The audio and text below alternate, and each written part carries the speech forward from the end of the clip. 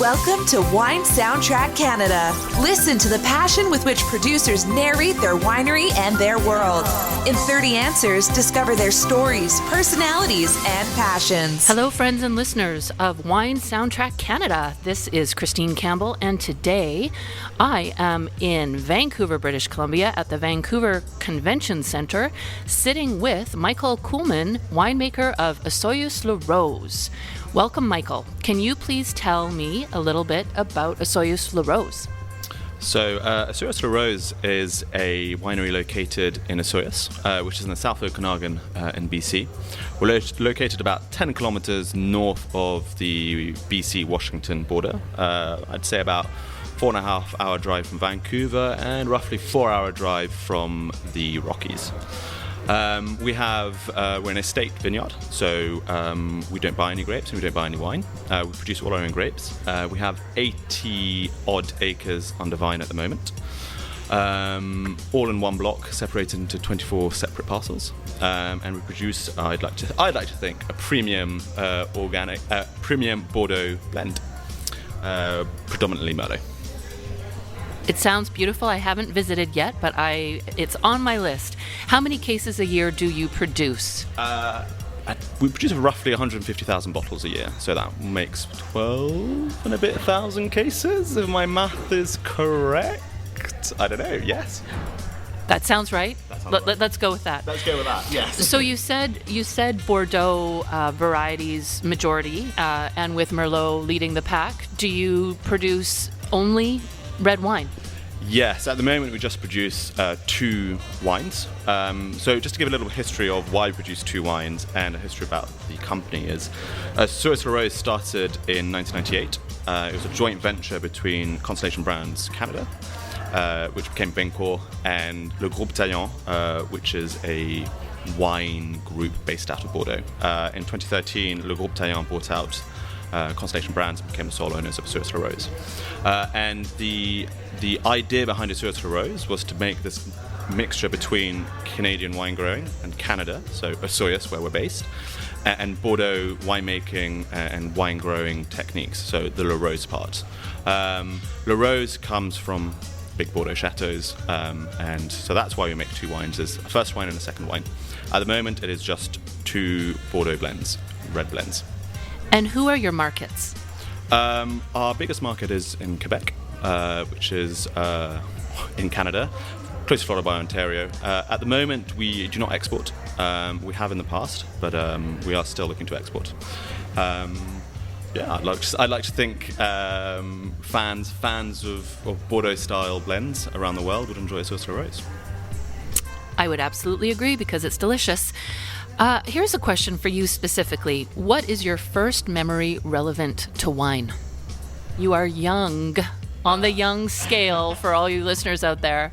I'd have to say I was at a tasting in Paris about 10 years ago. What? Yeah, and I shouldn't say this, but it wasn't a Bordeaux blend. It was a Syrah from Kullmann in France.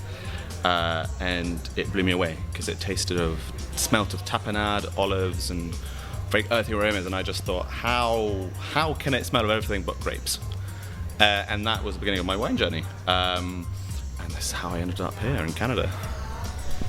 And so I think you just answered my next question, which was what was the first or memorable wine you drank and what was the occasion? So what was the occasion? Why were you in Paris drinking wine? Well, I moved to Paris quite young, and my girlfriend took me to this tasting and said, you need to discover about wine because you're living in France. And I said, okay. And so, I knew nothing about it, and I was like, Syrah? How do you spell Syrah?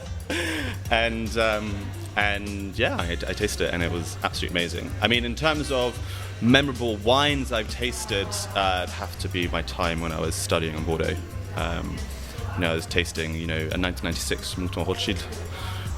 Opened my eyes to the possibilities of fine wine and how wine ages and develops, really. It really took me to that next level. Beautiful answer.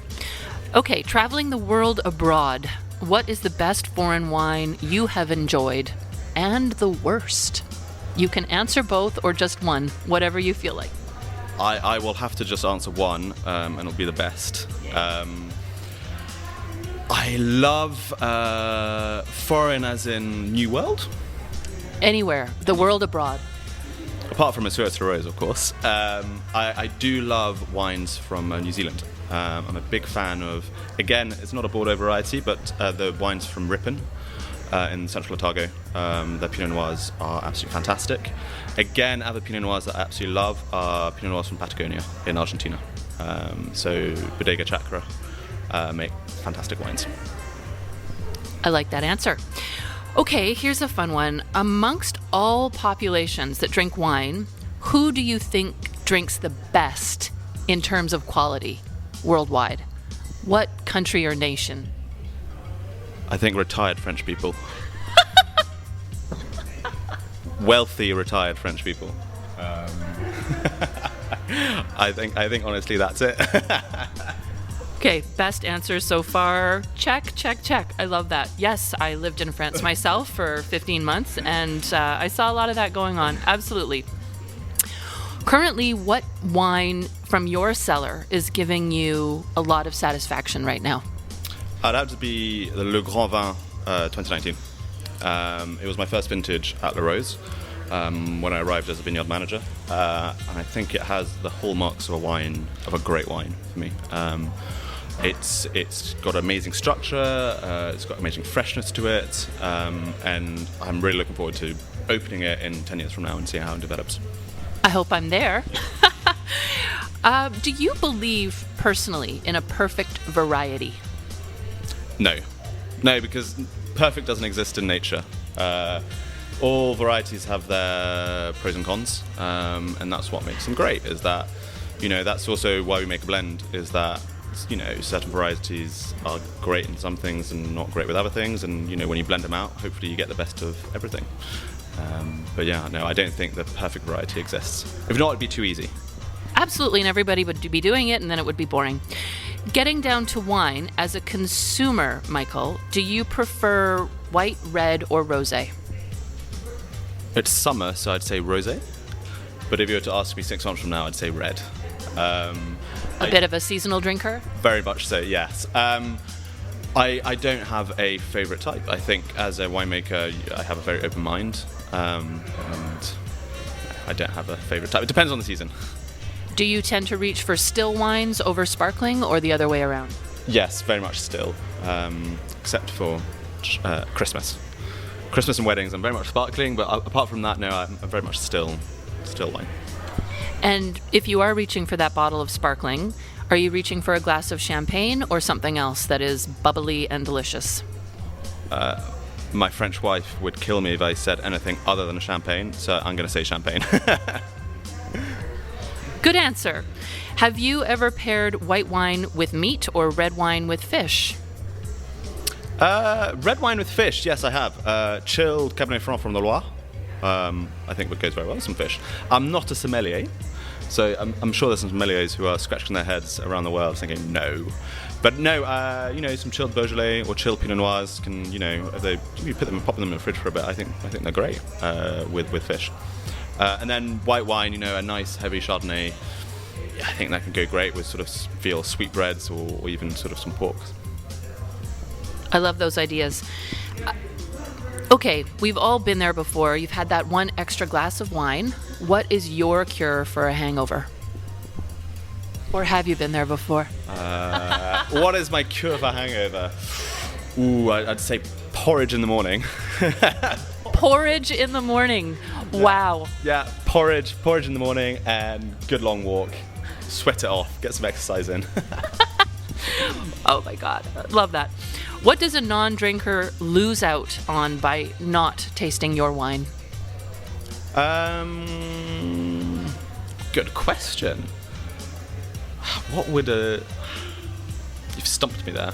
That's okay. You can think about it. Is it the experience? Is it?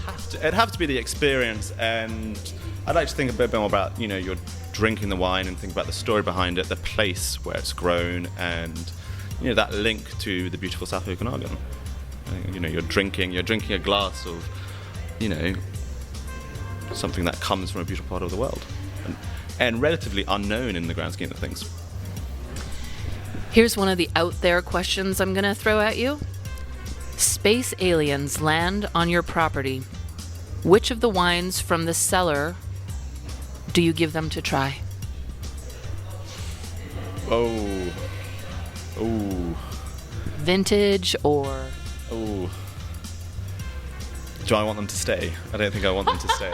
I'll probably give them one of our worst vintages of something that's not drinking very well, so they go away. And obviously I won't say which vintage. Speaking of vintage, each vintage does tell a different story, or not. Are there more things that you find repeat themselves, or is it becoming the opposite? No, I think there is big vintage variation, and I'm happy there's vintage variation. And that's why I like the fact that we don't buy any grapes. We have one vineyard, and it's on one bench. And I like to see, what it produces every year. And I do think it changes every year greatly. I think that's reflected in the wine. The growing season, the spring, the summer, the temperature, even the winter, how cold it was in the winter, all has an effect. And it's great to see how that changes the wines and how they develop. And it is a true story of a vintage, right? Yes. So that's what I love about that. I've learned that some producers walk in their cellars, speak to the wine in barrels. Do you do that? And if so, what do you say? Are you going to let me know what you say, or do you speak the vines in the vineyard? No, I don't. I don't speak to the. I don't speak to the wines. I do spend more time in the vineyard than in the cellar. I think that's the most important part. Is the vineyard. Do I speak to the vines? No, I wish I could, though. I wish they could understand me, is the honest opinion. But no, I don't speak to them, but I try and communicate to them in different ways. It would be wonderful to hear what they had to say, right? Exactly. Yeah, I'd love to hear them. When you were little, what did you want to be when you grew up? Oh, I wanted to be a policeman. Yeah. Straight out. Straight out. Part of me still wants to. Woohoo! A wine-making police officer. Look out, Okanagan. Yeah, exactly. When you are not working, how do you spend your free time? Oh, well, at the moment with my 8-month-old baby, there's not much time apart from work and the baby at the moment. Take the dog for a walk. I like to go skiing in the winter, and in the summer I like to go on hikes and travel around BC. Did you have a son or a daughter? I have a son. Lovely, 8 months old. Gorgeous. Do you do any sport in particular? I like to play squash, but COVID has kind of put a dent into all of that. Squash, skiing. I like to play football. And football, North American football, or soccer? Sorry, soccer. Just for all of the North Americans listening right now. Yeah, definitely soccer. Who is your favorite singer or group currently?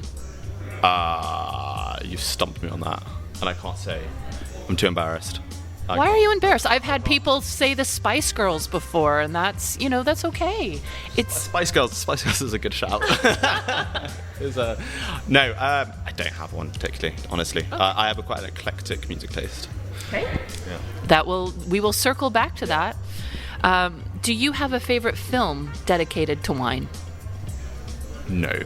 I know there are films dedicated to wine, so I am being quite annoying with my film and music taste, but I don't know. I don't have a favorite film. There are not that many, actually, are there? So you probably use what? Well, there's Sideways.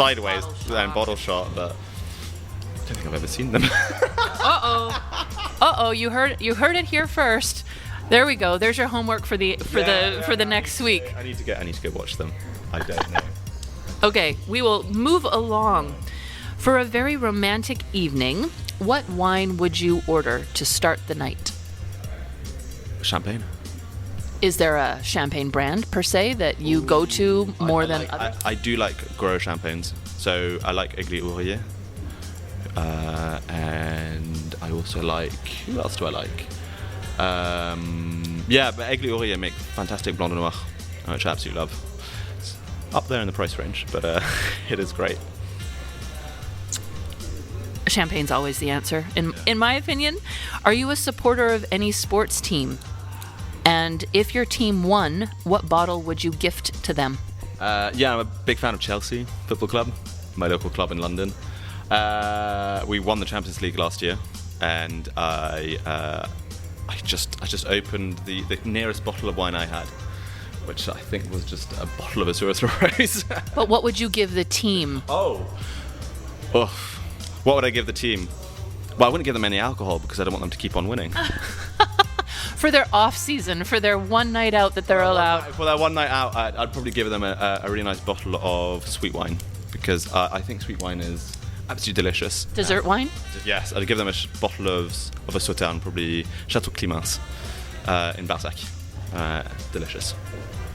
What was the best piece of advice you have ever received? It can be in regards to winemaking or life in general. I'd say, honestly, really don't stress about the vineyard.